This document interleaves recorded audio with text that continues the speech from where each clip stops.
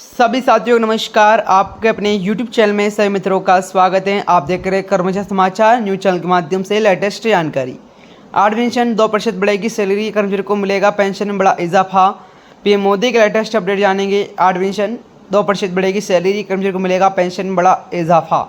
साथियों पर अपडेट जानने का प्रयास करिएगा, चैनल के माध्यम से जुड़े रहेगा। जितने भी साथी कर्मचारी जुड़े हैं, यदि आप हमारे चैनल में पहली बार विजिट कर रहे हैं, सभी से मेरा निवेदन है चैनल को आप सब्सक्राइब कर लीजिए। नीचे दिए गए लाल बटन पर क्लिक कर आप सबसे पहले चैनल को सब्सक्राइब करिए। जितने भी साथी कर्मचारी जुड़े हैं सभी से मेरा निवेदन है। और इसी के बाद आगे की ओर बढ़ते हैं, पूरी अपडेट को जानने का प्रयास करिएगा बिना स्किप किए।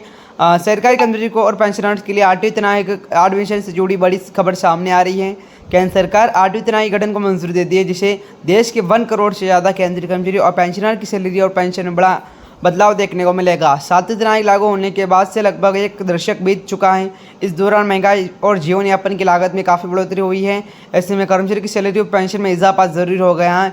8वीं तिमाही लागू होने से कर्मचारी को सिर्फ बेसिक सैलरी में बढ़ोतरी होगी, बल्कि महंगा भत्ता, डीए, मकान किराया भत्ता, HR अन्य भत्तों में भी इजाफा होगा। 8वीं तिमाही लागू होने की उम्मीदें 1 जनवरी 26 से शुरू हुई। हालांकि रिपोर्ट के अनुसार थोड़ी देरी भी हो सकती है, लेकिन सरकार ने साफ किया है कि लाभ मिलने की तारीख 1 जनवरी 26 से मानी जाएगी और कर्मचारी को एरियर भी मिलेगा। 8 पेंशन लेटेस्ट अपडेट। 8वीं तिमाही मुख्य उद्देश्य केंद्रीय कर्मचारी पेंशनर की सैलरी, पेंशन और भत्तों में संशोधन करना है।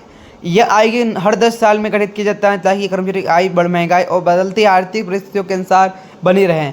इस बार तहत फ्रीडम फैक्टर को बढ़ाकर 2.86 किया जा सकता है, जिससे न्यूनतम बेसिक सैलरी 18,000 रुपये से बढ़कर लगभग 51,410 रुपये हो सकती है। इसी तरह पेंशन 9,000 रुपये से बढ़कर करीब 25,740 रुपये हो सकता है।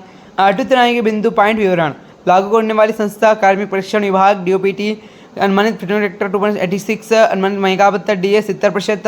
लागू होने की संभावित तारीख 1 जनवरी 26। न्यूनतम वेतन वृद्धि 18,000 से 51,480 रुपये, न्यूनतम में से 9,000 से 25,740 रुपये।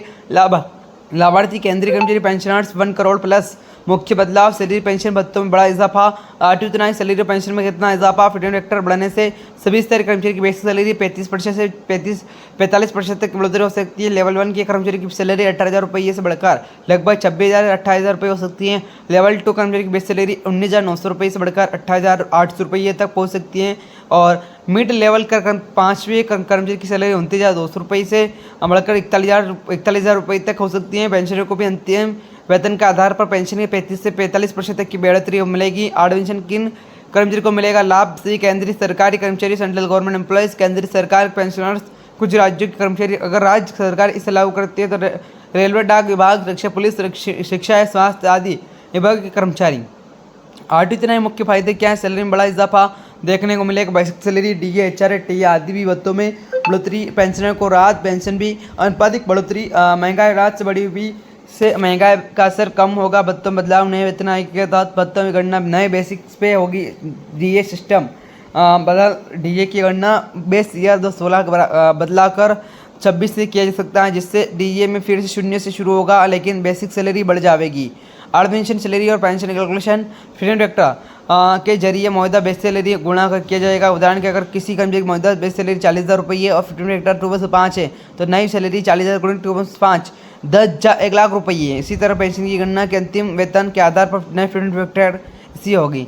साथियों, यदि आपने भी लेटेस्ट अपडेट जानने का प्रयास किया होगा, चैनल के माध्यम से जुड़े जितने भी साथी सभी से मेरा निवेदन है चैनल को सब्सक्राइब करें। मिलता है नेक्स्ट वीडियो में, तब तक के लिए बने रहेगा आपके अपने YouTube चैनल के माध्यम से। जय हिंद, जय भारत।